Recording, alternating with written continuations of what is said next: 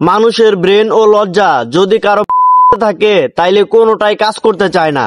আর আমাদের দেশে কিছু লোমসেরা কন্টেন্ট ক্রিয়েটর আছে যাদের ব্রেন ও লজ্জা দুইটাই হবাই বলতাছি বস্তা পচা কন্টেন্ট ক্রিয়েটর এসপি ক্রিয়েশনের কথা, যিনি কন্টেন্টের নামে সোশ্যাল মিডিয়ায় গু আপলোড করতেছে। আপনারা অনেকেই হয়তো এসপি ক্রিয়েশনের ফুল মিনিং জানেন না। এসপি ক্রিয়েশনের ফুল মিনিং হইল সাপ্রি পার্টি ক্রিয়েটর।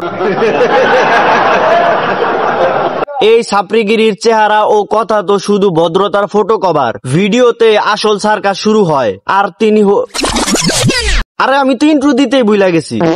মুই আইয়া পড়ছি জোকার কাশু এসপি ক্রিয়েশনের কিছু ছাপরি পোস্টের পোস্টমর্টম করতে, যেটা দেখলে এবং শুনলে হাসি এবং হাগা দুইটাই একসাথে পাইবো।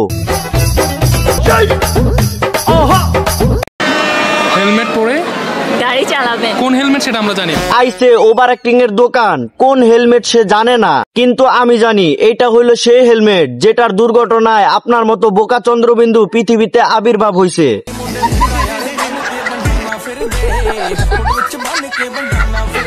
সর্বোচ্চ গতিসীমা 40 কিমি। গতি কম জীবন নিশ্চিত, এরা কোন গতির কথা বলতাছে আশা করি বুঝতে পারছেন। এইটা হলো সেই গতি যে গতি না দিলে কোনো গাড়িরই ইঞ্জিন গরম হয় না। অযথা হর্ন বাজাবেন না। অযথা হর্ন বাজাবেন না, এই কথাটা সিয়াম ভাই একদম ঠিক কইছে। অযথা হর্ন বাজাবেন না, অযথা হর্ন বাজাইলে পাশের রুমে যারা থাকে তাদের সমস্যা হইতে পারে, মানে শব্দ দূষণের একটা ব্যাপার আছে না।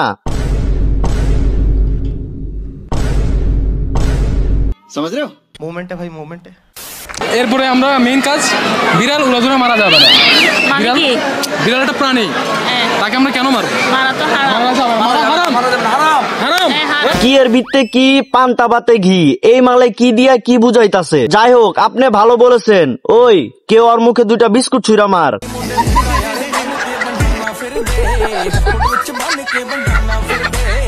একটি দুর্ঘটনা সারা জীবনের কান্না, কোনো দুর্ঘটনা ঘটানো যাবে না। একটি দুর্ঘটনা সারা জীবনের কান্না, কিন্তু আপনারা যাই বলেন এই কান্না কিন্তু মধুর। আর এই কান্না শুরু হইব আহ আরেকটু থাইকা।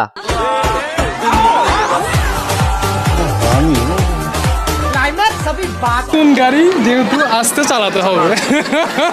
কেন যৌতুকে কি গাড়ি দিস? নতুন গাড়ি আস্তে চালান, কারণ শুরুতে স্পিড দিলে দুর্ঘটনা হইতে পারে, পরে কিন্তু মেকানিক ডাকা লাগবো।